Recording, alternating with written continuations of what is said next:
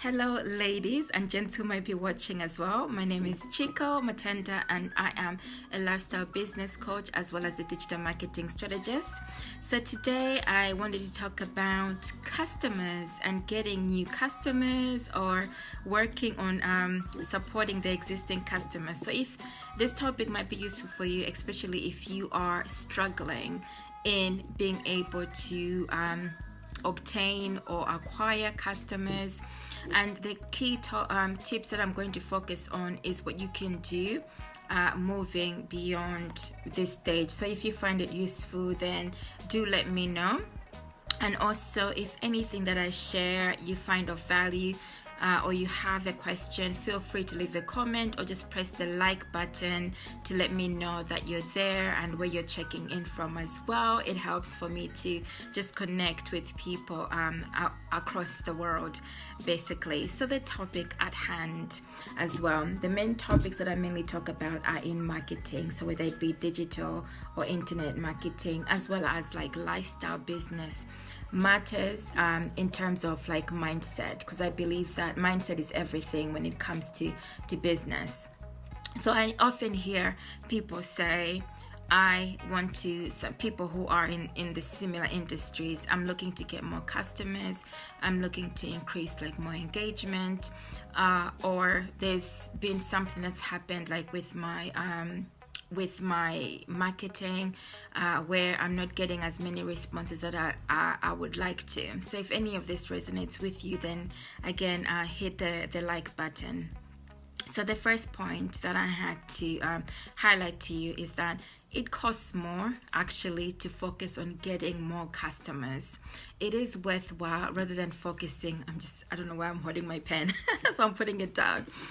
So instead of focusing on the future, I know that most of us, sometimes we're motivated by looking towards the future.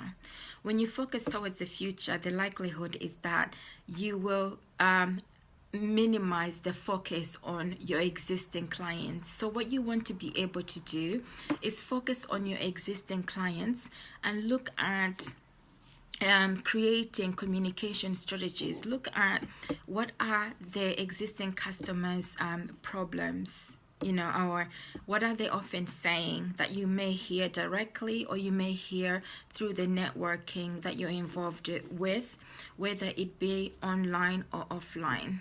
And this is where you get your clues in terms of developing content. I normally focus on content creation. That's the key, because what will happen automatically is that new customers or new prospective visitors will add themselves on or will follow you through your content creation anyway.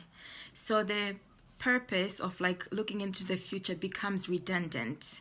Okay, so you want to be present in the moment, be intuitive and instinctive about what you're passionate about, what's your life vision, and what sort of solutions do you want to offer to people, or what sort of value do you want to add based on the niche market that you're in.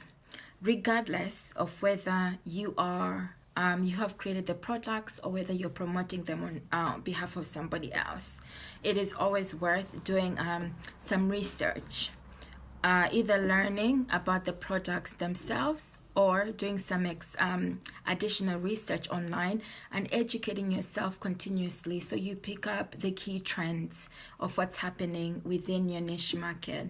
Then that also then creates an emotive response. When you create something that connects with somebody, the likelihood is that they're going to be motivated, self-motivated to connect with you.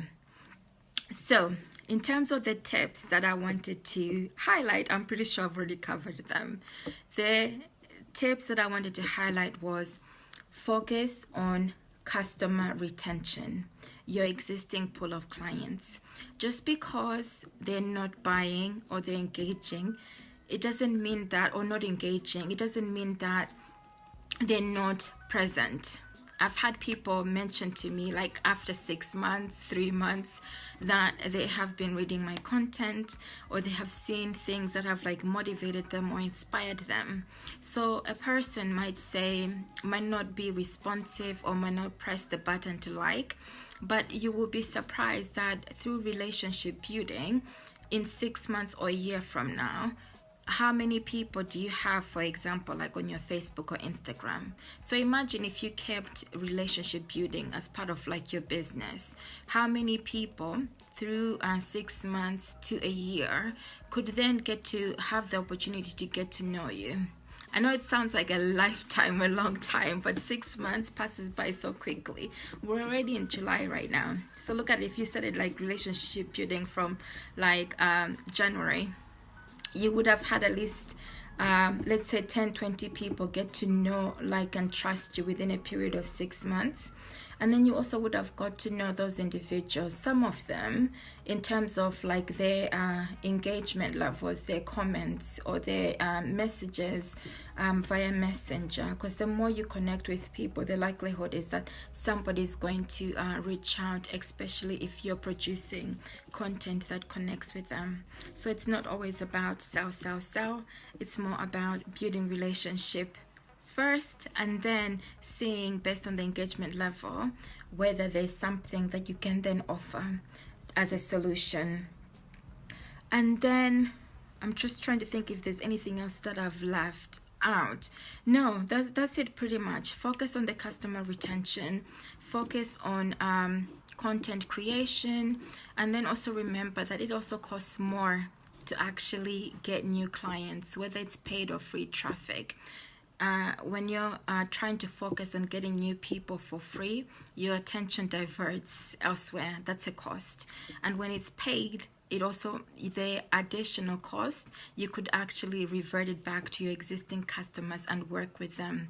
And then remember that, as a summary, that the people who want to be connected with you will automatically become connected with you. I believe that gone are the days where it's about adding people without actually building any form of like connection, like content creation or being out there, and then people getting to self-motivated to connect with you.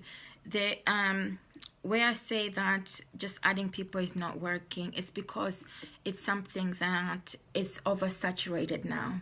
There's information overload, so you want to have a different approach to that. And what I do is, when people add me to like groups or pages, I just basically block those pages. Oops, yeah, I do. Because the thing that comes to mind is, has that person thought about me? Have they looked at my profile? How do they know that I'm their ideal client? How do they know that this matters, like relate to me? Because I get like pet shops, kids, books, and things which some of them I'm not really connected to. And also for that person to add me, this is just something for you to keep in mind. For that person to add me, I would think that it would be actually formal, just a nice etiquette for them to actually build a relationship with me before, by saying hello, introducing themselves, and then getting to know a little bit about me, and then sending me an invitation via messenger. Then I have the option to say yes or no, this connects with me or doesn't connect with me. Or through their content creation, I actually think, wow, this person is interesting, then I add myself. So which one? I'll leave you with that one. Me adding myself to your business page or to your Instagram, am I likely to be more attentive or less attentive, as opposed to you adding me? Yeah, so I'll leave you with that one. So thank you for watching, and again, feel free to leave me any questions or any comments as well.